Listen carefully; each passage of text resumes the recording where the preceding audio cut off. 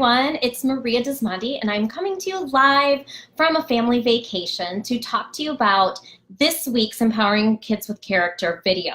So what we did is we surveyed all of you back at the end of 2018, and we took a poll as to what you want, what kind of answers do you want in this group. So today we are going to answer a big request, which is how can you reduce tantrums in children by saying no? It's really hard for parents to say no, we get that, but guess what? Research says that by actually saying yes more often, it is not going to help your children in the long run. So if you're saying yes to avoid tantrums in your children, that is not the right way to go about it, says researchers, says psychologists, says children, pediatricians. We want to tell you a couple strategies today that I read from Psychology Today that, and from my own experience as well, that will help you to reduce tantrums in your children in an appropriate way. So again, by saying yes is not the right way to do it. Just to say yes to your children so they don't throw a tantrum, what that's giving them is unrealistic expectations. Honestly, we want kids need parents to be parents, not their friends. And I actually heard recently someone said, it's time to be your child's friend when they no longer need you for things in their lives. So when they've graduated and then they've moved out of the house, then maybe it's time to be their friend a little bit more. But let's start with the first thing. So there's a great saying, I want to read it to you, and it is in Psychology Today, and it's a Chinese proverb. It says, parents who are afraid to put their foot down usually have children who step on their toes. So it's important to really set these boundaries early on with saying no. So the first one is that boundaries are okay because they help our children to feel secure. You're teaching your children long-term life skills by saying no. Because in the real world, you're not going to get everything you want. So it's okay to give them the feeling that they're not going to get what they want right away, that feeling of discomfort. It is truly realistic. Are they going to throw a fit? They may, because that's developmental and that's completely appropriate. Children who are throwing tantrums are trying to express their emotions, and typically they're throwing a tantrum, putting themselves on the floor, crying and screaming because they don't have the language yet to explain to you what they want. Now, I will tell you with one of our older children, she's moved from tantrums at a young age to now using her words to express how she feels about us saying no.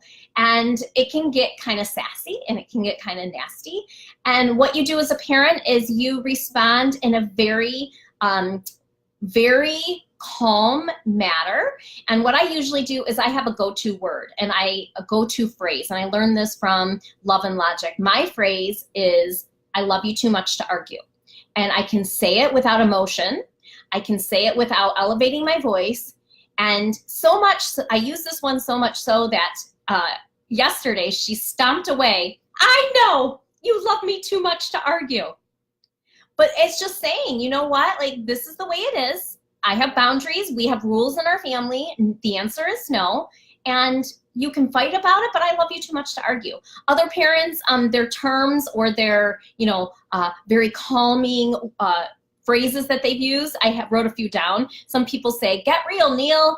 No chance, Lance. Nope, not happening. No way, Jose. And then, like I told you, I love you too much to argue. But what you really want to do when you're using that is you want to say it in a non-sarcastic way. You want to say it in a very non-joking way, which I kind of just said. Get real, Neil. A little too jokey.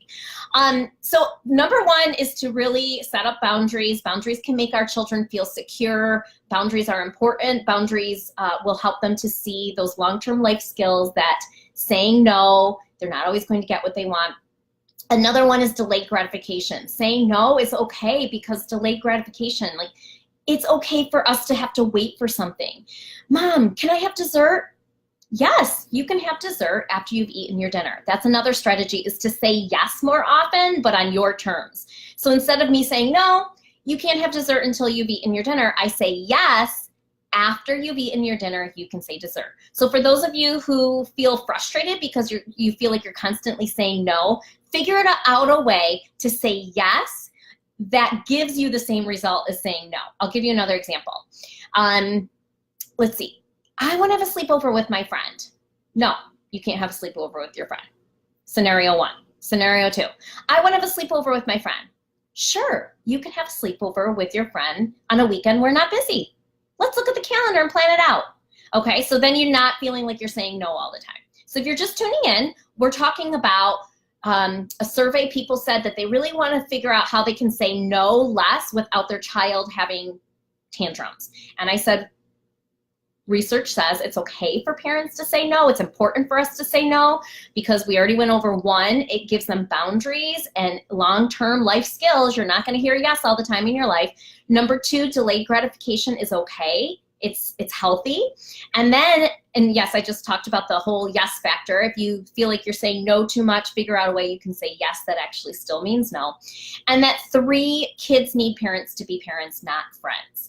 Okay, so it's just really important. I mean, there are boundaries, and the more yes you're going to say to your child, the more they're going to get what they want, and the less you're going to have that control and those boundaries in your home.